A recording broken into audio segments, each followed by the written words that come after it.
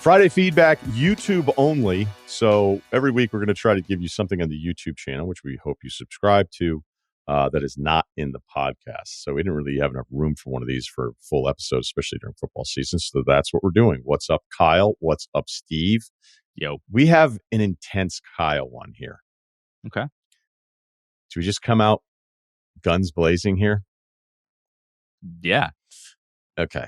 All right. So, hey, big fan. Been listening around 2 years. While I usually enjoy Ryan's Sports Take, favorite segment is Life Advice, which is what hooked me on the pod. Best part of Life Advice is without question when Kyle comes out of left field with a story that makes me go, wait, what?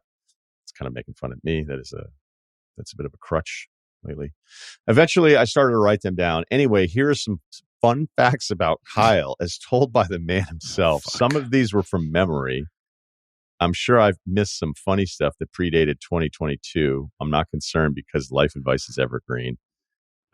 He did one submission and then he sent in another one a week later and then sent in another one.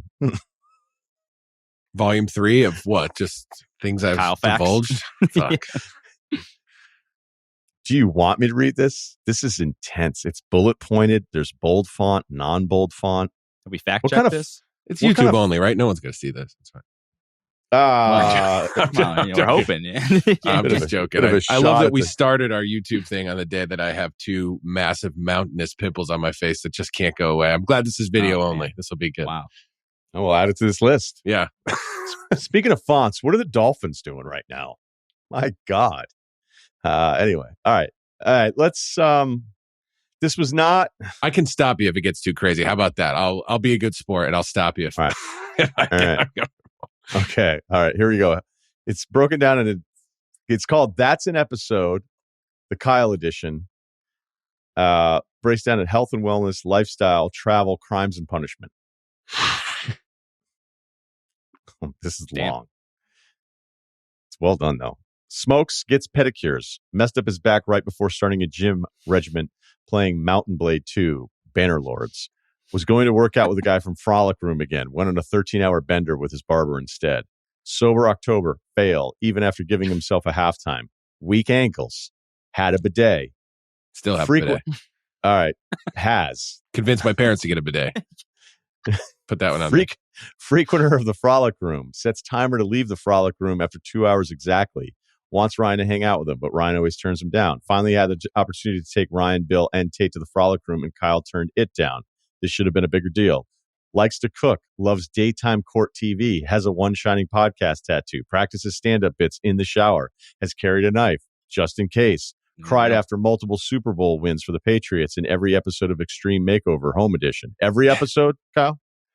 I probably. Usually not a dry eye in the living room at that point. Wow. Once the end comes, when the final commercial, yeah. Was asked to babysit a teenage girl on New Year's Eve. Blades chain. Day traded friends. Wasted at Christmas. Bill thought it was funny. The missus did not. New York City and Poughkeepsie friends don't mix at the bachelor party. They almost came to blows. Post-wedding, they came together and fought someone else, Avenger style. Yeah. Smoked That's cigarettes. such a great story. Yeah. Yeah. Really great end to it. Great story. Really rocky storyline there. Smoked cigarettes with John Hamm and Walter Goggins. Walton. Yes. Oh, Walton. Yeah. And it said Walton here. That makes Walter would have been less impressive. Walton's on a heater right now.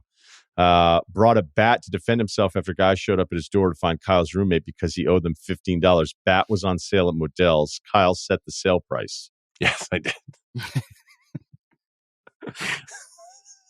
He's never gotten back more than 10% of a security deposit for his apartment.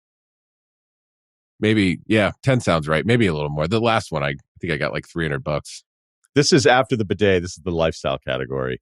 The only toilet at his house in college didn't work for an entire month. Duct taped it shut. Wife walks on the inside of sidewalk because she's short and can avoid cobwebs. As well as chivalrous reasons, but yes. Right. Although sometimes it's a double good we thing. brought it up in Roman times, people dumping stuff out the window was thought to be more chivalrous. But again, you know, when we brought it up, I was like, I don't think that's as much of an issue now. I don't see that a lot walking around major metropolitan areas. Yeah. Oh, is that a No, just joke? I'm sure, some places got it together more than others.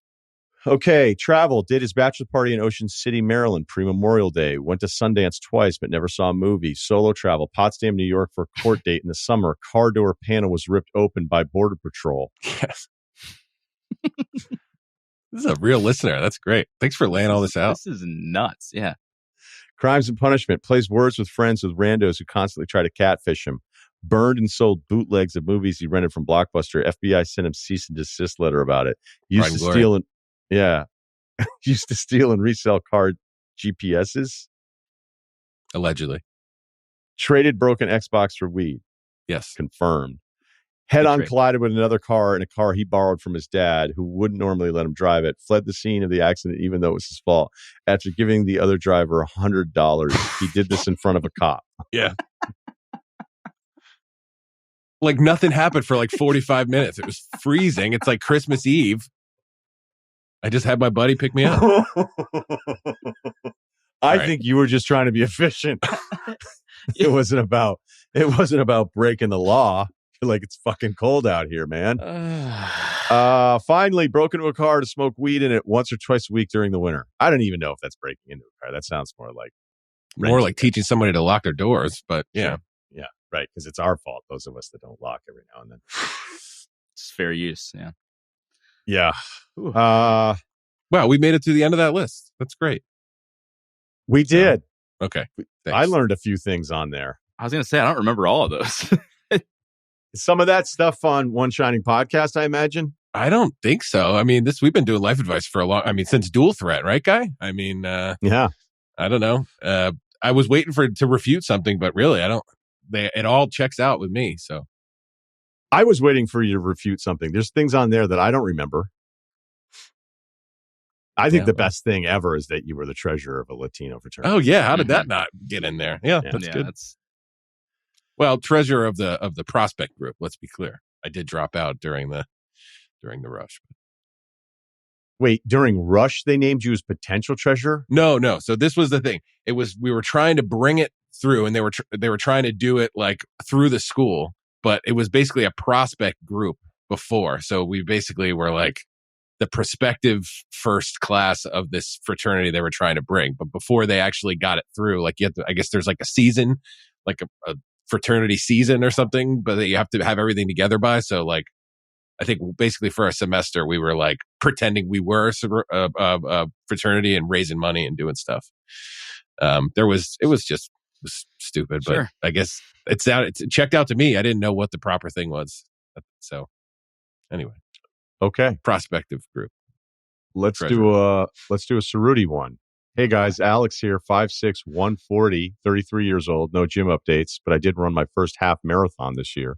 First time emailer. I'll keep it short. Just one topic I wanted you guys to discuss. Ceruti's laugh. Hoping not to offend, but has Ceruti unintentionally adopted the Kawhi Leonard laugh from the I'm a Fun Guy press conference?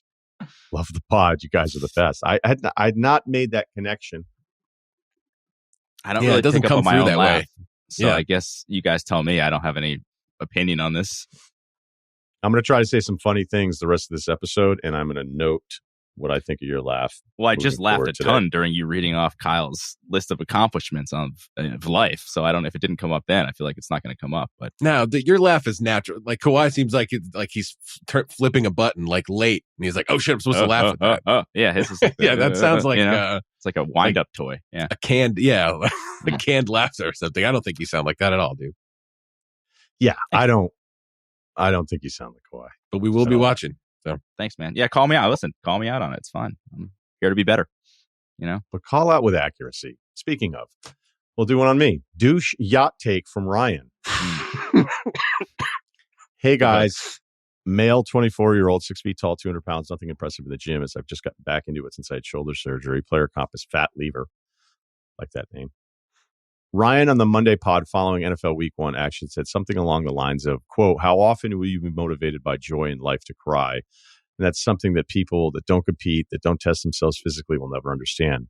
Pretty dog shit take, in my opinion. There are many experiences that a lot of people have that motivate them with so much joy to the brink of tears. Probably can't relate to the birth of the child. Can you?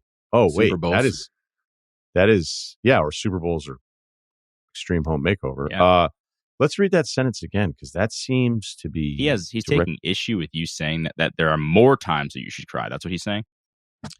Well, let me finish the email and then we'll maybe try to.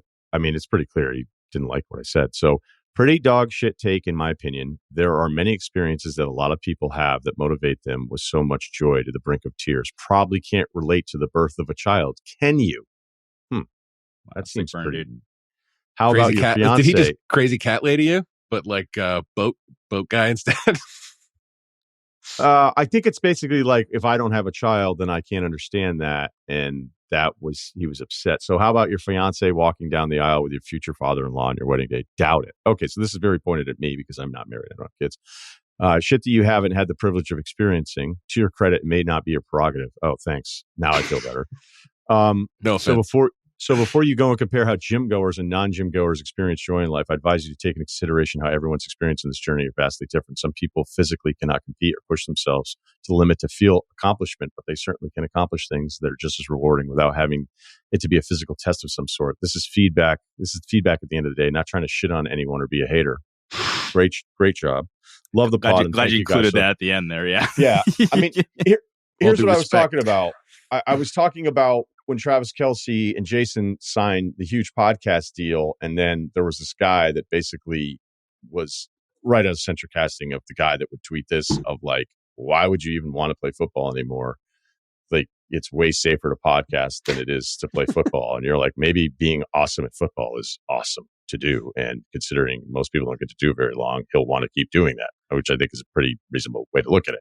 And then after watching Northern Illinois upset Notre Dame, and I was watching Northern Illinois' head coach who played running back at Northern Illinois, who was like, that's one of the things I love about college that I've talked about, like how amazing, like, sure, it'd be great to be an NFL coach and win Super Bowls and all that kind of stuff, but also to be part of a community that you were a part of and then pay back to that community with success, especially a place like Northern Illinois that's not going to be on everybody's radar, and have that moment where he's crying in the post-game interview. And so I said, we think about Kelce and physically competing and testing yourself, and he's seeing how you stack up against other men, and also the part of being a coach and being brought to tears, and then thinking, how often do the rest of us have that moment? I actually mentioned certainly your child. I don't know, Ceruti, if you went back and listened to that clip. I did not, but I can. I just thought things like that you were really implied. want me to. Yeah, I think that's kind of a good thing moving forward. Is like, if you've been listening to me long enough and you think I'm like at best average level of intelligence, I probably get the idea that if you don't play in the NFL, you have opportunities to be brought to tears because of joy, whether it's your wife walking down the aisle, if you cry at that. But then having a kid and having your kid accomplish things and all this, I think that kind of goes without saying. And I fucking said it. Not mad though. Not mad. Yeah. Yeah, this is like the classic. I feel like we don't even hey need, man, I really like hamburgers. What about hot dogs? You hate hot dogs? It's like, I didn't say that, but all right. Yeah, thanks, man. Just because I didn't mention it doesn't mean I don't think about it. But I'm going to go ahead and not listen back to that segment if that's cool. Okay. Thank you. 21, 6'2", 155, skinny upper body, sneaky decent legs, been compared to Timothée Chalamet in the past. Look out. Do you had any guy friends to your guy friend group? More for the hair and gangly limbs than the divinely sculpted jawline. Yeah, I was going to ask why. Yeah. Which part? Or the enchanting eyes and generational talent. So he's got that kid's got a jawline for days. Yeah. There's a thing going around. A few people sent me that a lot of people think he's a very overrated actor. I think you can do that. Like, look, I have that. That's the positive scouting report, the negative scouting report we can do on literally anybody. And when you're at a certain level, then people are just going to do it. Like, yeah, you could say his wafted confusion of just post exhaustion kind of look up at the camera thing. Like, that's fine. Like, if you want to reduce Austin Butler to just looking down and then looking up at the camera from across the room where he kind of closes his eyes a little bit, like, is he really even doing anything or just looking at the fucking camera? Well, in that moment, when he looks at the camera, he looks like a fucking movie star. I mean, I think you can even get on Zendaya's case a little bit, where you're going to be like, are you in high school or are you on Dune right now with this aw shucks, like flirty self-interruption, hesitation dribble side to side thing that you do when you're being playful. I don't know, man. So is it just he's too handsome? Like he's the Sydney Sweeney of dudes? Or you're just like, I don't know. It's hard to look past what's clearly Sydney Sweeney right. was so good in White Lotus that I refuse to believe she's not good. I don't think she's... Yeah, but what was that rom-com? Maybe The Range.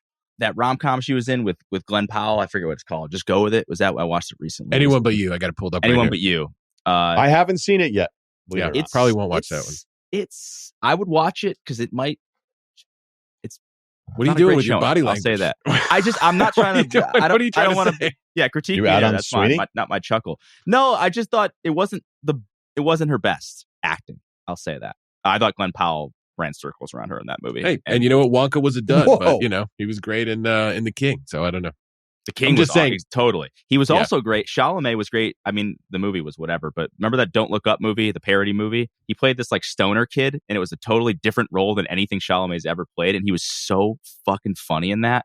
And I was like, oh, you have like a different thing. Like you're not just like, the movie star, good-looking dude, kind of drama class. You know what? Let's get him on the pod. That settles it. There you go. We'll reach out. Allison, figure it out. Okay, so what's this guy's deal? We haven't even started. Anyway, sorry. We haven't even started the question. Not necessarily feedback, but I've always wondered how Ryan lost your fanaticism for Boston sports. Apologies if you've given an in-depth explanation before. Being a Massachusetts resident myself, I couldn't imagine suddenly having no care about the outcomes of games, or in management or mismanagement of ownership of Boston teams. Is there just no spark for you at all when the teams you used to root for are performing well? I'm curious to know how it happened, why it happened, and if you miss having that irrational dedication to a team. Big fan of the pod. I can't believe it happened. I would have never believed it if you had told me when I was younger and I cared so much. Just like so many of you care about it. I miss it. But I also don't miss it because I think it made me a dumber person. And when I see... weakness.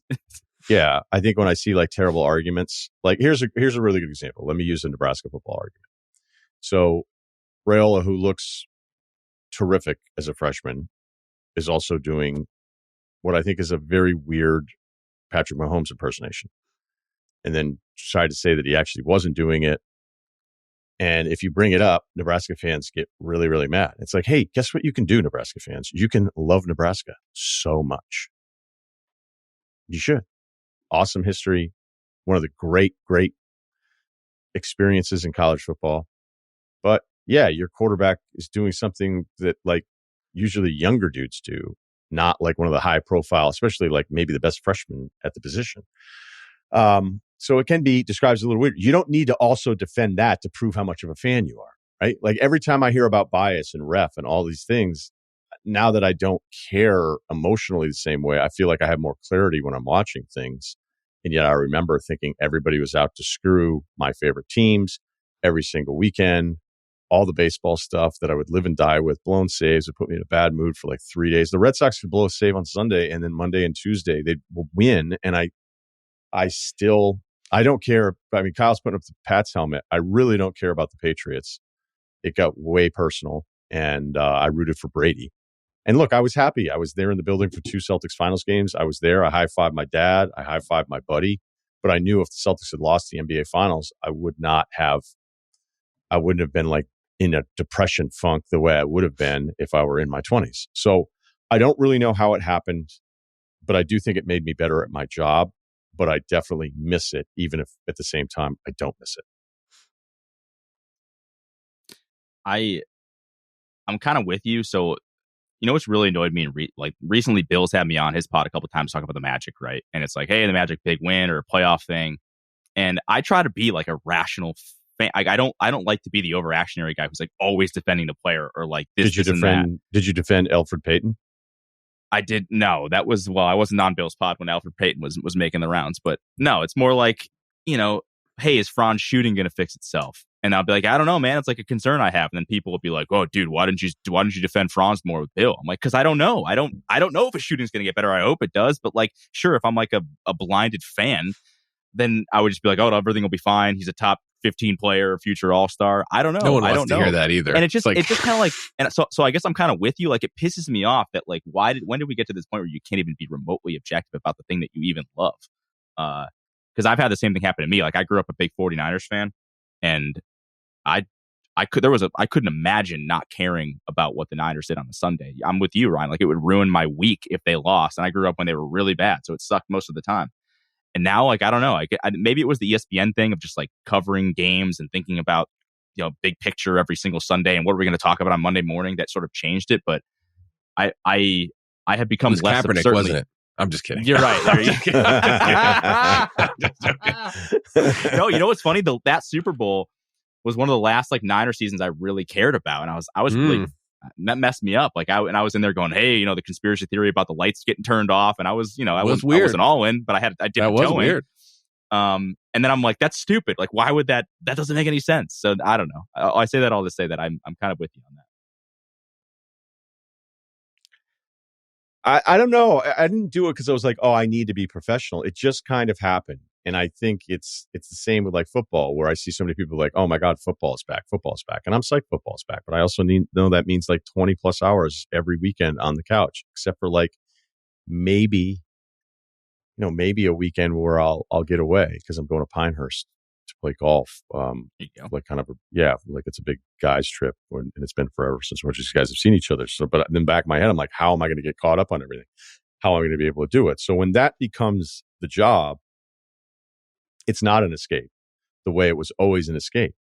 And that's why I think sports do so well. And it's really the best live product without any comparison in television. So, people can like whatever, I don't want to talk to the people that don't understand it because they're not even watching this anyway. So, I cannot believe the irony of like moving to Boston, being there for the beginning of all these titles and how quickly it went away. And I do think being in the minor league stuff there with the AA Red Sox in 2002, being around the guys every single day, it planted the seed of things starting to change.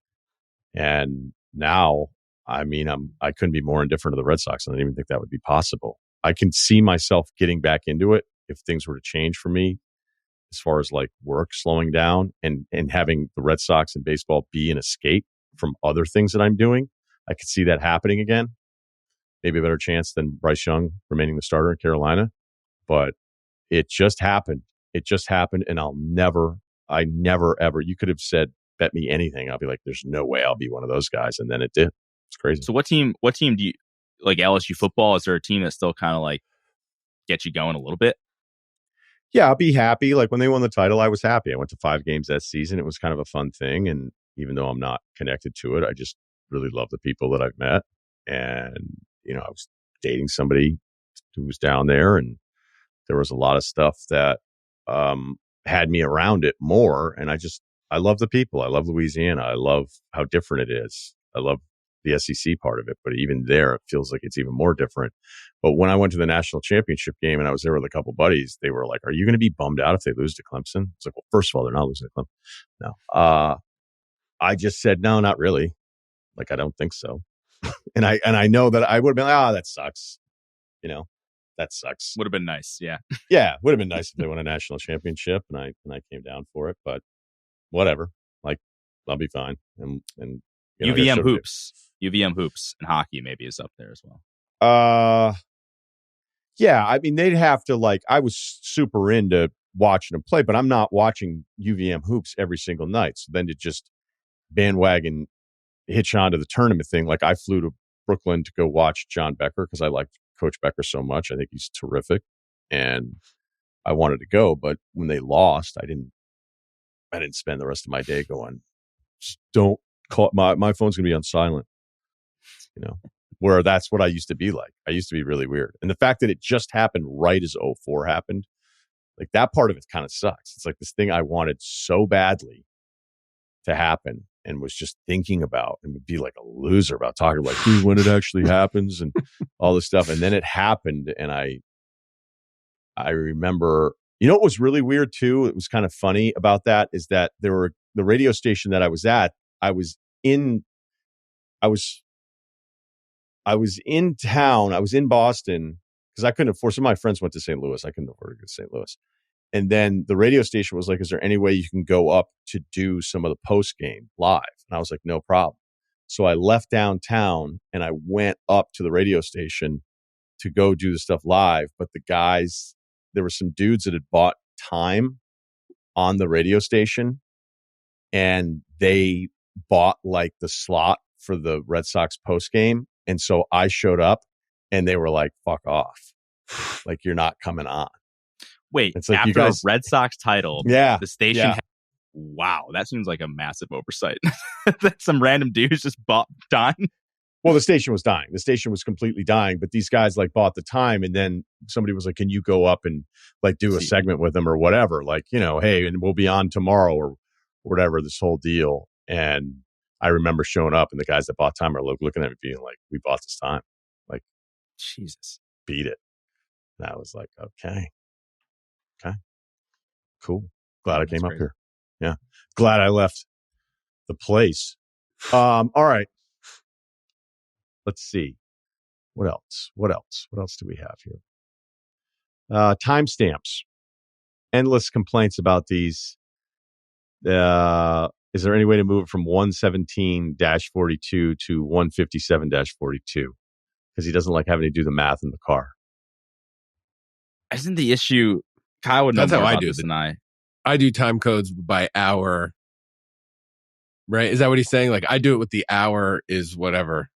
And so many people are doing total minutes. Total minutes. Yeah, I don't know. It's not Kyle's department anymore. Yeah. No, but he would know more than I would, so that's why I'm deferring to him. I don't know. When I click on the hour one, it will bring you to the same thing. I guess if you're just trying to do the math about how many minutes that is, I'm not sure why that would matter. But if you just aesthetically don't like it, I don't know what to tell you. I do it that way, and some people would do it the other way. So. Okay. Suck. All right. Somebody had some feedback on our NBA player quarterback comp. It was one glaring miss. It's always a great start to an email. Great. That Russell Westbrook equals Russell Wilson. We missed that one because it's not as good as Russell Wilson, Grant Williams. Don't continue to sand right. perfection. You know, put the sandpaper away. Yep. When it cannot be made any better. The Travelogs. Come on, you shouldn't have anything to say about Travelogs. It's kind of is what it is, man. I don't know how anybody could critique it, but love the pod down in Perth, Australia. I'm here to advocate for the travel pods. I'm the main carer of my 2-year-old daughter who loves music, and her drive to work daycare is littered with dozens of requests for song changes, except when I put the travel episodes on. Not only does she sit back calmly for 30 minutes, but I get to listen to solo travel stuff I used to do. 2-year-old daughter listens silently as I speak about menu options and pickup hoops and bullfighting. This is just another like bullet point, another reason why you should be, calm. The Calm app should be ringing you up weekly, trying to lock you down. Imagine, we're going to do it on the pod. Yeah, we actually are going to do it on the pod, Kyle. I picked up the little island. Get the fuck out of here. That was in arm's reach? What the fuck, dude? Well, I've been reading it. I just want to make sure I nail it. So the little island, don't know what the age group on this one is. It's Margaret Wise Brown and Leonard Weisgard. Do you have to get this cleared? Or is this like... No, I don't know what why. Happens. Well, I probably should have done it, beg for forgiveness instead of ask for permission. But if we're promoting the book... You'd think, right? Instead of having the authors on, it won the Caldecott medal, which is... Seems legit. If you're going to be winning medals, that's the one you want to win. It's huge. I don't know what I just did there. I kind of did like a bit of a Gillis into somebody else. Yep. So that, we're going to read that next Wednesday. Next Wednesday, I'm going to read that book, and that's going to be for the parents. So that'll be on the podcast. So we're going to test drive this whole concept that I maybe have the perfect voice to put your kids to sleep. Russillo for the kids. Yep. Somebody wrote an email recently saying I didn't like children, and I went, "Yeah, that's not true." I don't know who your area scout is. That's some bad info. We had a lot of Travelog feedback. Most of it is all very positive. So I don't know that we need to debate it anymore. It's just a matter of how often I'm going to want to keep doing it, right? Or how often you're going to go someplace alone when you got all that free time. When I pivot to just voiceovers for kids.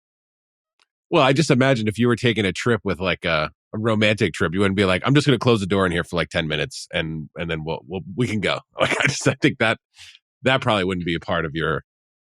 You're saying if I meet somebody and start traveling, and you start traveling with someone, I don't think you'd be like, look, can I just have like 15 minutes and just got my notes here and we'll be 15. We'll do I wish breakfast. It was that quick. I got to prep those out. Go ahead. Do you think I'm trying to think your travel Explore experience? This. Stay in this. Yeah, stay in this. Well, I just think if you did have a companion, like, would the Travelogs be better or worse? They'd be video logs, wouldn't they? Would you? Kyle's like, can I come along? Yeah, horny Kyle. Yeah, 30 minutes in.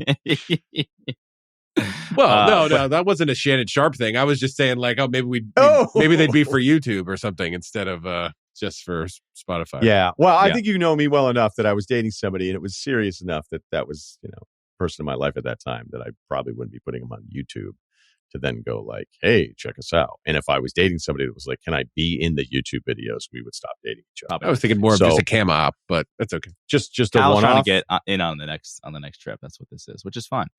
My thing was, would you have more or less stories? No, I didn't read that. I didn't read it that way at all. I think Kyle eventually feels like whatever the stretch is that at some point I have to go on a trip again. I think I did the list with Kyle, or excuse me, not with Kyle, with Ceruti, on how many trips I've gone on since I went on a trip with somebody.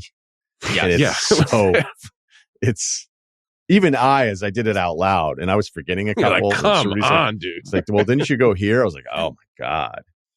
Yeah. I don't know. There's a few stats that I probably want to. Go ahead. No, my question was, would you have more? Would I do it? No. Would you have better stories with somebody else, or would it be worse with somebody else? Like, would you have more? Would there be more stuff for you to talk about because you have somebody to play off of, or would you be more distracted and they wouldn't be as good because you have to deal with somebody on the trip with you? First of all, it would have to be somebody that I'm really serious with, not to go on the trip, but to then be like, okay, I'm on a trip with someone and I'm talking about this. Anyway, so whatever odds you want to put on that. The second part would be that it could be really funny if it's the right person, but it also could be funny because it's a disaster because it's the wrong person, right? Like there's all these different things that could be in play. Like if it were somebody, say like hypothetically I'm engaged and I'm in Tokyo and I've been with this person long enough to know that I feel like I'm making the right decision or whatever. And at that point I probably would mention that I'm seeing somebody on the podcast. I don't know. Now I'm just mapping out. I can't tell if it's an episode or something I'm actually rooting for. Probably more of a TV episode. But then to have that person come on and either confirm or debate me on the last 48-hour window of like something happening, that could be what do you incredible. Think that could be incredible content. Okay, so I wasn't even thinking of it that way. I was thinking you'd still do it solo, but you'd have like, hey, it's 90% solo. It's 90% like a venting solo session. Yeah, but I think days. Yeah, right. If it's the wrong person, be like she ordered this thing, didn't tip really well. Yeah, it's kind of rude to the waiter.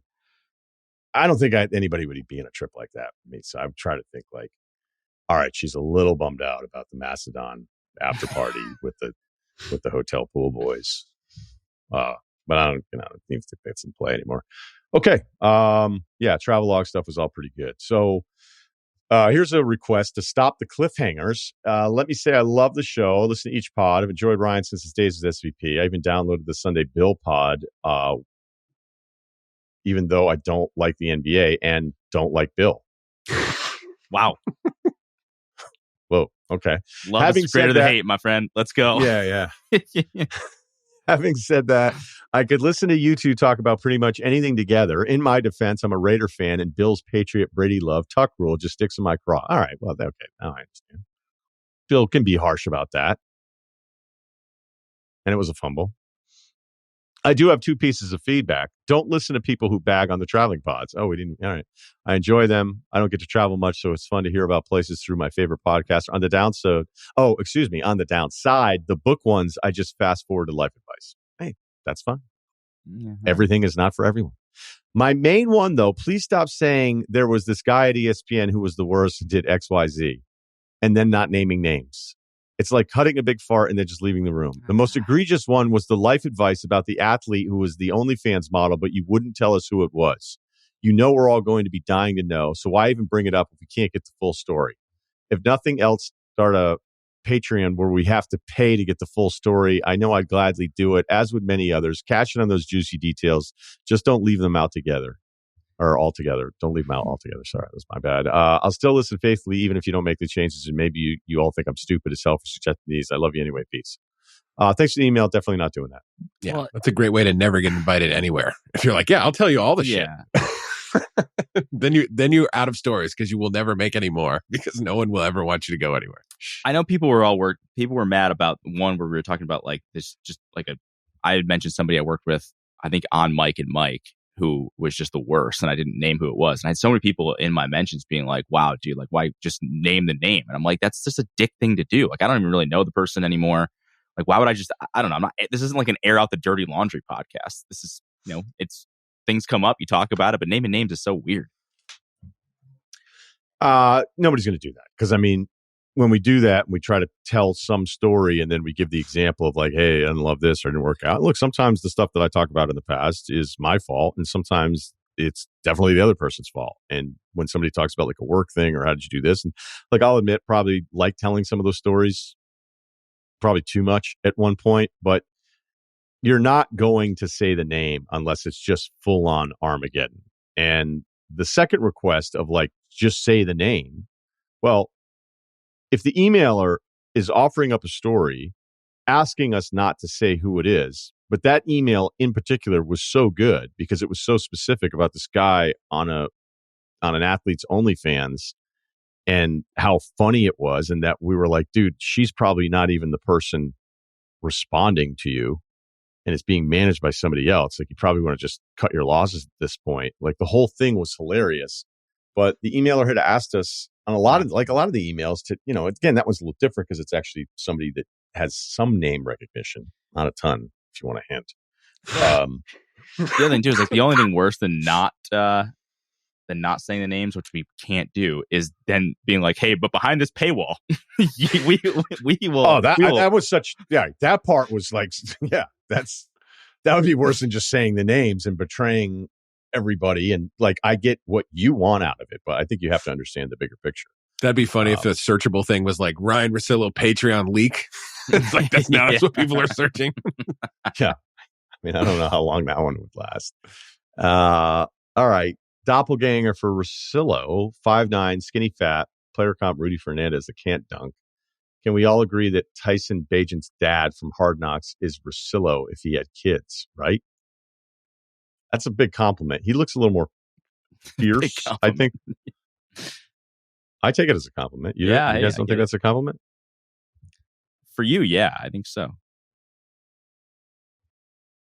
Okay. For you... Well, I don't know if someone was like, hey, Ceruti, you remind me of Tyson Bagent's dad. I don't know that I would take that as a compliment, but I get why you would. That's good. Happy for you. Okay. We'll go with it here.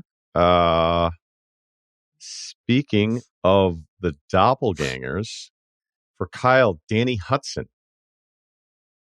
who played Jamie in Succession. Jamie? Yeah. Jamie, you wanted to close that big deal there at the end. Season 3, I got a black dude up here. What's his name? Danny Hudson? Oh, I can see that. Yeah. Older. Danny Huston. Huston. Dude. Did I say it wrong? Like he's got stories. I think you said Hudson. Huston. Yeah. Okay. Huston. Is that real? Born in Rome. Okay. It's born in Rome. Yeah. That's incredible. He's 62 though. Like that's a guy that just looks like he has stories. I like it. All right. I like that you like it. That's enough for me. Okay. One last one. We had a lot of people saying that Achy Breaky Heart is actually an international song everywhere. Some guy from Thailand, somebody else chimed in, said they hear it all the time. We had another guy who was telling me that not only did I mountain bike the best place in North America in Whistler, he said Whistler's actually the best place in the world. He also listed all of his injuries: broken collarbone twice, broken ribs 2 different times, multiple concussions, broken hand, blew out ankles multiple times. My shins, knees, and elbows look like an abstract art project of scars. He also sent in some pictures where this guy is hucking mad air. So now I can tell people, like, what do you do when you travel? I don't know. I find the most intense mountain biking destination in the world and did that. What did you do this summer? So thank you. Thank you for boosting the world resume that we're all working on here. Perfect way to end it, because this is actually kind of topical. Hey, guys, love the show. Even though you roasted me a little on life advice question back in January, I did deserve it. And zero hard feelings. Subject was, did I play college football? I needed to hear that. Changing lives, one email at a time. Anyway, how do you feel about putting together a life advice book, compiling all of your best ones over the last few years? The book has literally written itself, so thinking this is a win-win for you, not a heavy lift, and something that would have wide appeal if you define wide as dudes 25, 45 into gyms and solo travel. I kid. Seriously, could see this selling well. You guys rock. Well, thank you for that email, and maybe you should work in publishing, because I do have a book deal. I've written 70,000 words, but the original idea was just have the book be life advice. And I didn't want to write that book. Like a chicken soup for the soul sort of deal? Like little like stories, are we talking? Like, what do you mean? Or you're just like, here's how you handle dudes in the gym. Here's how you handle boats. For the soul. Yeah, like meatball like, would it be subs for your dome?